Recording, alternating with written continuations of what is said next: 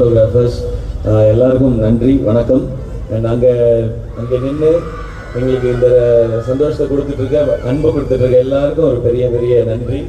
And என்னோட team இந்த பராசக்தி இவ்வளோ பெரிய ஒரு ஃபிலிமாகவும் ஒரு எக்ஸ்பீரியன்ஸாகவும் மாறி இருக்கிறது காரணமான இங்கே இருக்கிற அத்தனை பேருக்கும், இங்கே வர முடியாத அத்தனை பேருக்கும் என்னுடைய நன்றி, வணக்கம்.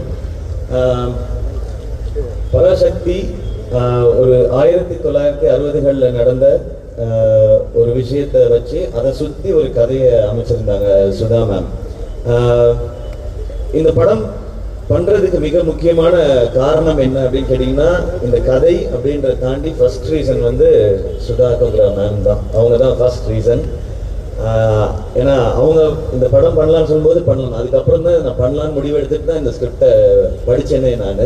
ஏன்னா அவங்க எவ்வளோ மெனக்கெட்டு இருந்தாங்கன்னா, இந்த படத்துக்காக கிட்டத்தட்ட ஒரு 4-5 ஆண்டுகள் இந்த படத்துக்காக அவங்க ஸ்பெண்ட் பண்ணிக்கிறாங்க. ஸோ நான் இந்த கதையை தெரிஞ்சுக்கிட்ட பிறகு இதை பற்றின நான் ஏதோ ரிசர்ச் பண்ண வேண்டிய அவசியமே இல்லை. ஏன்னா 4 வருஷம் அப்படின்னா கிட்டத்தட்ட ஒரு டிகிரியே முடிச்சிருக்காங்க, இதில் ஒரு யூஜி பிஜி எல்லாம் முடிச்சிருக்காங்க. ஸோ அவங்க என்ன சொல்கிறாங்களோ அதை செஞ்சால் போதுன்றதான் இருந்தது.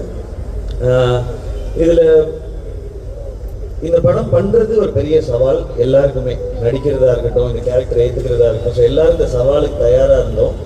மேம்க்குமே இது ரொம்ப சேலஞ்சிங்கான ஒரு விஷயமா தான் எடுத்து பண்ணியிருக்காங்க.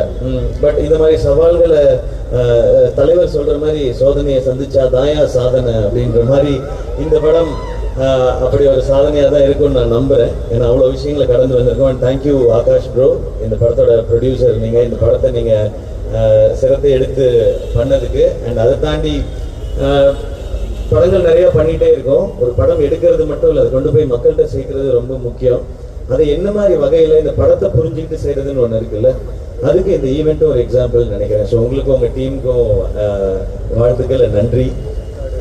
அதுக்கப்புறம் நான் ஆக்சுவலாக எல்லாரை பற்றியும் நான் ஆடியோ லான்ச்சில் தான் பேசணும்னு வச்சுருந்தேன். ஏன்னா நிறைய இருக்குது, எனக்கு ஒவ்வொருத்தருக்கும் 10 நிமிஷம் இருக்குது. ஒரு எபிசோடாக வச்சுருக்கேன்.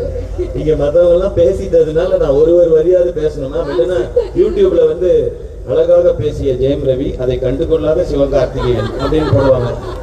அதனால் நான் 2 வரியாவது பேசிடுறேன். அதர்வா ப்ரோ, இவருக்கு எனக்குமான ஈக்குவேஷன் வந்து சாப்பாடில் தான் எங்களுடைய கனெக்ஷனே.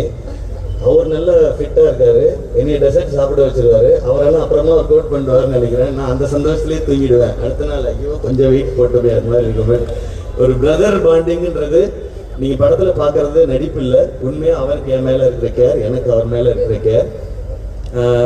எனக்கு அவரோட ஒரு ஸ்பெஷல் மூமெண்ட். அவருடைய ஃபர்ஸ்ட் ஃபிலிம் ப்ரமோஷன் வந்து நான் இது ஹோஸ்ட் பண்ணும்போது அதுக்கு வந்தார், அப்பாவோட வந்தார்.